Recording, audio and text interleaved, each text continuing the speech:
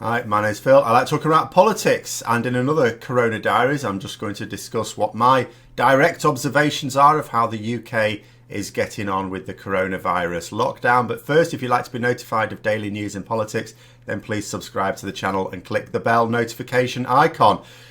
So in terms of what I was observing immediately around me, it's quite tricky because largely I didn't actually have to go out at all in the last week because I also managed to get a Tesco delivery for the groceries. Not getting one for next week or the week after or anything like that. So we'll have to venture out. Supermarkets have been saying that 85 to 90% of people are going to have to go to supermarkets, physically go there. But the different supermarkets have got their different measures of trying to keep people distant there.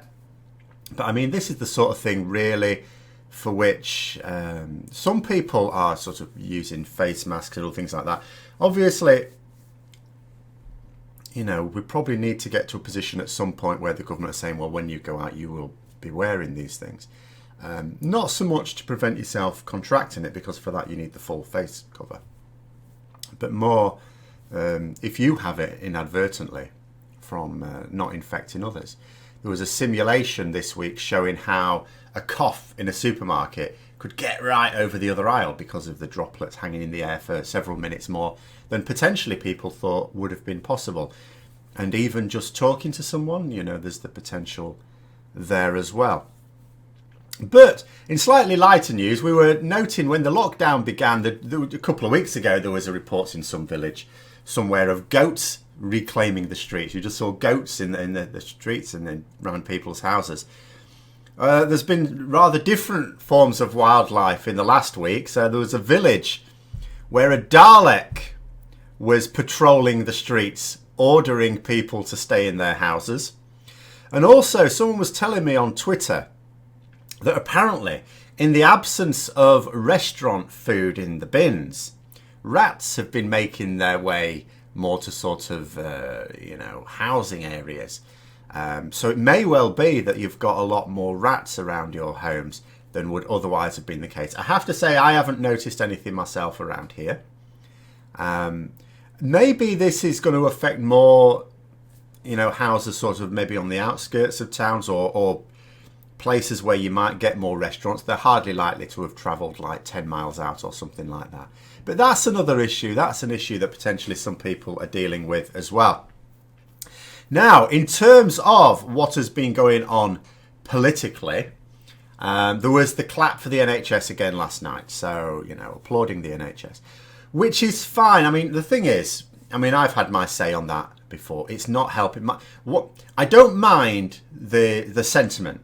And I know most people mean it well, and even members of the NHS are taking part in it as well.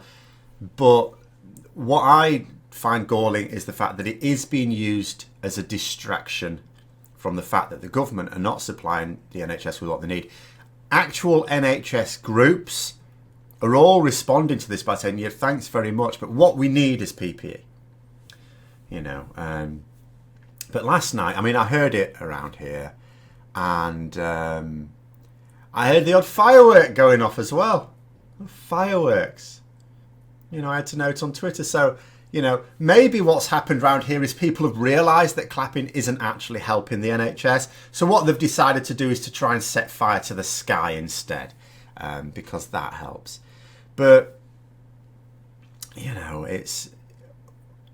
Then you look on the news this morning and the news is about the applause for the NHS.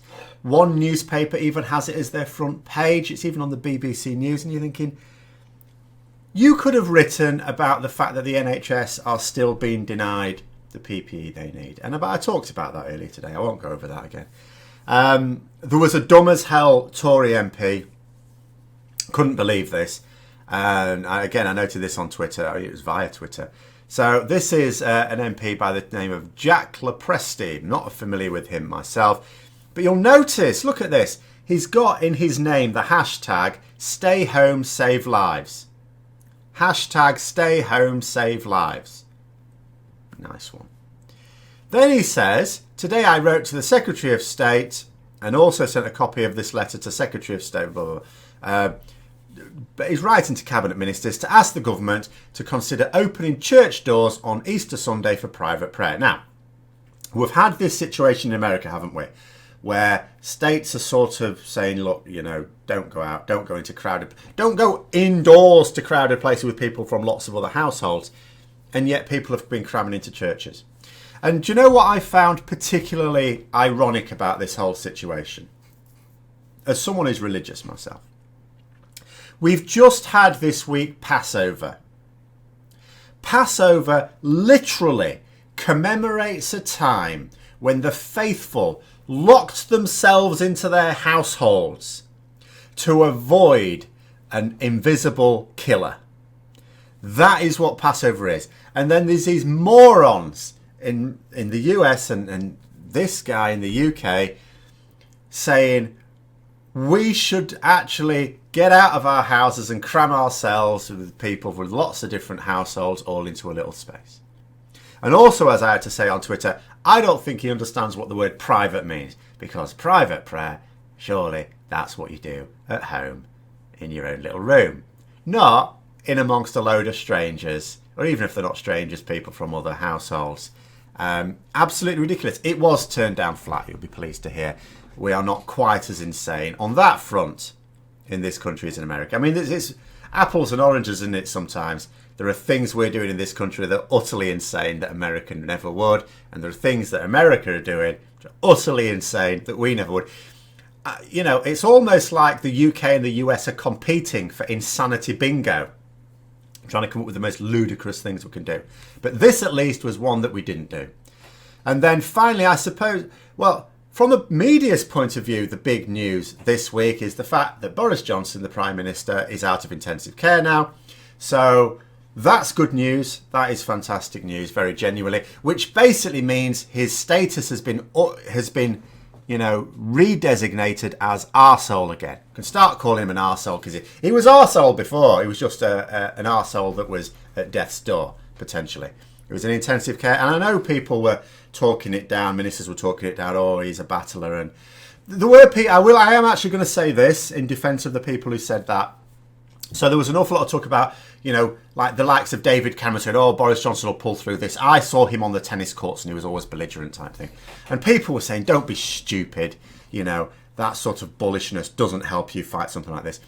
No, it doesn't. But that's what people are like. You know, when someone's seriously ill, those who are close to them, you know, want to feel that they're going to pull through. And they'll say things like, oh, they'll pull through, they're a battler. So I'm not going to criticise that. Yes, it's not a basis for a medical prognosis. We get that. But people just say that. So I'm not going to criticise that. I think that is a bit mean-spirited, criticising that sort of attitude. It's what you do.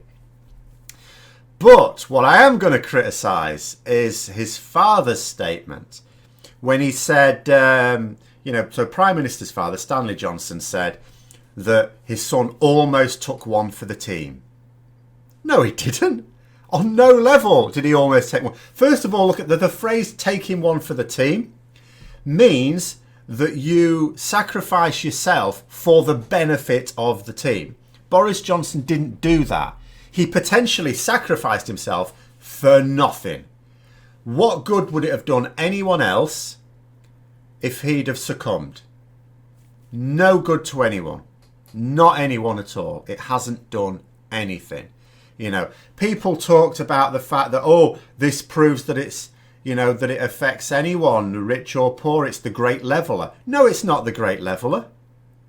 It still disproportionately affects the poor, because poor workers are much more likely to become infected because they cannot afford to self-isolate. And also, this idea about, oh, it affects rich and poor, as if we didn't know that before. As if there were people going around thinking, well, this virus is only going to pick on the poor. It's not going to take someone who's wealthy. Who thought a virus is a respecter of wealth? Who? Absolute nonsense. An absolute nonsense. So the whole thing is ridiculous. The Prime Minister didn't deliberate, and also taking one for the team means to deliberately sacrifice yourself, again for some benefit. There was no benefit, and it wasn't a deliberate sacrifice. It was a willful sacrifice, because he failed to carry out the social distancing that he'd been saying that other people should do. You know, he wasn't socially distancing. He was still, you know, surrounding himself with people from different households, very, very close contact when he didn't have to. You know, when he was tested positive, he was isolated in number 10. He could have been isolating in number 10 for the whole time. There is no reason why he cannot do his job from number 10. I mean, there's offices and everything in there anyway. And he can do it remotely. He doesn't need people to be physically near him. You contact people via video conferencing, even if it's in an office in Downing Street.